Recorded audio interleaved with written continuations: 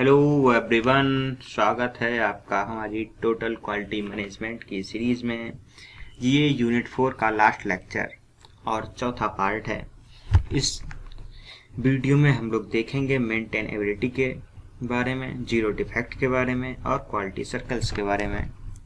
तो सबसे पहले समझते हैं कि मेंटेनेबिलिटी क्या होती है। Maintainability deals with the duration of the maintenance, outages और how long it takes to achieve. मतलब आपकी कोई मशीन है, उसको आपको मेंटेनेंस करना है तो वो कितनी इजीली हो जाता है और कितनी जल्दी हो जाता है, यानी ईज एंड स्पीड। इन दोनों फैक्टर्स से हम एक टर्म डिफाइन करते हैं जिसको बोलते हैं मेंटेनेबिलिटी। ठीक है, मतलब उस मशीन की मेंटेन होने की एबिलिटी कितनी है, और इसको कैलकुलेट करने के लिए कौन कौन से फैक्टर होते हैं, कितनी जल्दी हो जाती है और कितनी आसानी से हो जाती है। अब इसका फार्मूला देख लेते हैं। तो MT, ठीक है, ये है हमारा फंक्शन। मेंटेनेबिलिटी को मतलब गणितीय रूप में हम इस तरह से लिखेंगे 1 माइनस एक्सपोनेंशियल या फिर E लिख दो, ठीक है, माइनस के T अपॉन MTTR, या फिर इसको इस तरह से लिख सकते हो। देखो इसमें क्या किया गया, इस फार्मूले में कोई खास अंतर नहीं है, बस इतना सा मतलब इसकी शक्ल में अंतर दिया गया है। 1 अपॉन MTTR जो है इसको लिख दिया गया है म्यू। और म्यू क्या होता है, म्यू होता है कांस्टेंट मेंटेनेंस रेट। अगर इस तरह से क्वेश्चन पूछा जाएगा तो आपको क्वेश्चन में दिया होगा ये म्यू कितना है, ठीक है। तो इसको 1 अपॉन MTTR की जगह पर रख दोगे म्यू, ये तो है, और माइनस में म्यू और ये टी। तो ये इस तरह से दूसरा आपका फार्मूला बन जाएगा, ठीक है। और जहाँ पे MTTR जो होता है वो मीन टाइम टू रिपेयर होता है, ये भी क्वेश्चन में दिया होगा, अगर क्वेश्चन में पूछेगा तो। और जो MTTR होता है वो क्या होता है, अरिथमेटिक एवरेज होता है, ठीक है। अब हम बात कर लेते हैं जीरो डिफेक्ट की। देखो जीरो डिफेक्ट एक फिलॉसफी है, ये कोई प्रोग्राम नहीं है, ठीक है। तो जीरो डिफेक्ट इतना इफेक्टिव क्यों है, क्योंकि ये एक फिलॉसफी है।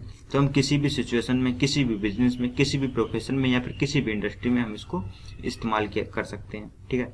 Zero defect is not about to being perfect, zero defect is about to changing your perspective. मतलब ऐसा नहीं है कि आपका कोई भी आइटम डिफेक्टिव ना हो। अगर आप 10,000 या फिर 1,00,000 आइटम बना रहे हो तो आपके 10 या 20 आइटम डिफेक्टिव होंगे ही होंगे।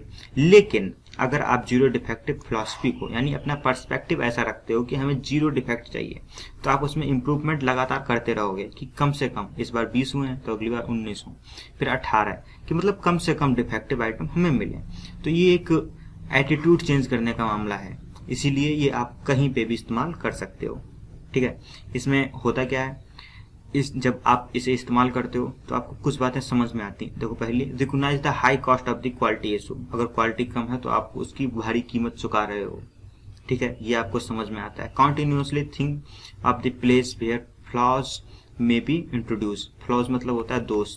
अब तुम बार बार पता करते रहते हो कि कहाँ पे हमारी समस्याएं आ रही हैं, उन जगहों को आइडेंटिफाई करते हो, ठीक है।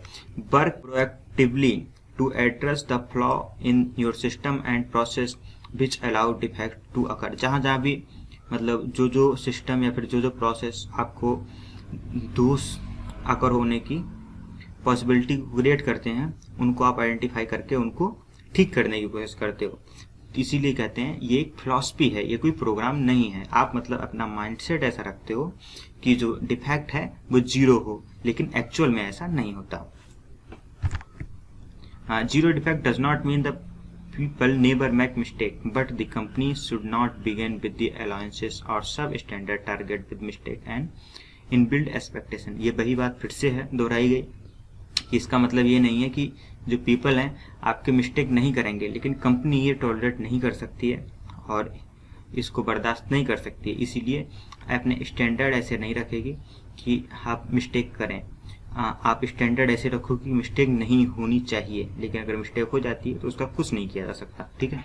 System that allow thing go wrong so those things have to be done again can cost organization between 20 to 35 of their revenue. ठीक है। अगर आप इनको मतलब ऐसा रखते हो कि एक दो मिस्टेक हो जाती है तो कोई बात नहीं, अगर ये आप लॉ में ही रखते हो तो मिस्टेक होंगी ही होंगी, जो कि आपकी कम से कम 20 से लेकर 35% तक का टोटल रेवेन्यू यानी जो भी फायदा हो रहा होगा कंपनी को उसका घाटा कराएगा, ठीक है। इसीलिए हम जीरो डिफेक्ट फिलॉसफी को अपनाते हैं। अब बात करते हैं क्वालिटी सर्कल की। बहुत ज़्यादा बात नहीं करेंगे क्योंकि पिछली एक वीडियो में हम लोग डिस्कस कर चुके हैं क्वालिटी सर्कल को अच्छे से डिटेल में, लेकिन एक जनरल आइडिया ले लेते हैं। ये क्या होता है कि एक ही मतलब सेम टाइम सेम जगह के एक डिपार्टमेंट के 6 से लेके 12 लोगों को हम लोग बिठा लेते हैं। मतलब एक उनकी एक तरह की मीटिंग होती है स्पेशली, ठीक है। एक ग्रुप बना देते हैं उनका, जो लोग क्या करते हैं कि अपने जो वर्किंग एरिया है उनका उसमें प्रॉब्लम्स को फाइंड करते हैं और उसको इम्प्रूव करने के लिए सॉल्यूशंस ढूंढते हैं, ठीक है।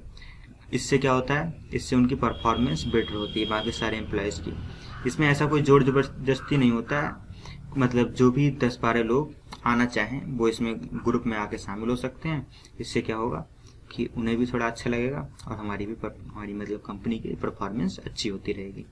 तो बस यही होता है क्वालिटी सर्कल। ज़्यादा डिटेल के लिए वो आप पिछली वाली वीडियो देख लीजिए। अब बात है कि भाई क्वालिटी सर्कल, तो quality circle is one of the employees participation method. मतलब आपके जो एम्प्लॉयज हैं वो पार्टिसिपेट करते हैं तो उनको पार्टिसिपेट कराने का एक मेथड है, ठीक है। It create conditioning and environment of the work that stimulates commitment towards excellence. मतलब जो आपके एक इस तरह का माहौल बन जाता है कि वो लोग एक्सीलेंस देने की कोशिश करते हैं, जो भी आपके एम्प्लॉयज हैं, ठीक है।